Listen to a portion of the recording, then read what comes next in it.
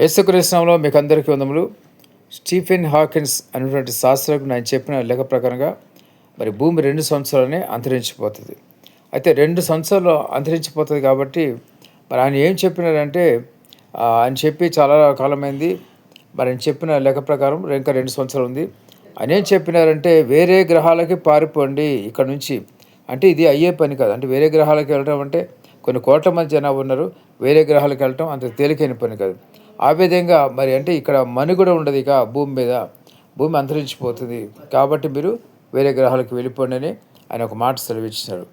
అయితే ఇక్కడ తెలుసుకోవాల్సిన విషయం ఏంటంటే మనం ఏ గ్రహాలకి వెళ్ళక్కర్లేదు, దేవునికి దగ్గరికి మధ్యాకాశంలోకి వెళ్ళిపోతాం. ఎందుకంటే ఎవరైతే పరిశుద్ధంగా పవిత్రంగా జీవించి యేసు రక్తంలో పాపాలు కడుక్కుని సిద్ధంగా ఉంటారో పరిశుద్ధంగా, వాళ్ళని దేవుడు మరి 2వ రకట సమయంలో మధ్యాకాశానికి తీసుకుని వెళ్తారు.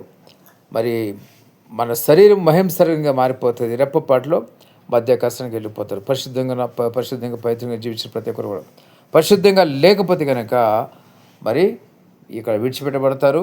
ఆ తర్వాత మరి నీతి నరకానికి వెళ్ళిపోతారు. కాబట్టి గమనించండి, జ్ఞాపకం చేసుకోండి, ఎవరైనా సరే నిర్లక్ష్యం చేయవద్దు.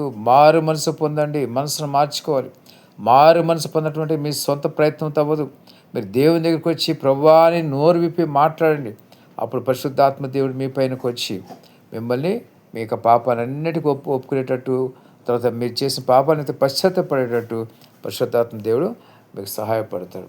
కాబట్టి గమనించండి, నిజంగా మీరు పరిశుద్ధ పట్టణానికి పవిత్ర పట్టణానికి వెళ్ళాలనుకుంటే కనుక మీరు మొదటికి లోకంలో చేయవలసినట్టే మోకరించి ప్రార్థన చేయండి.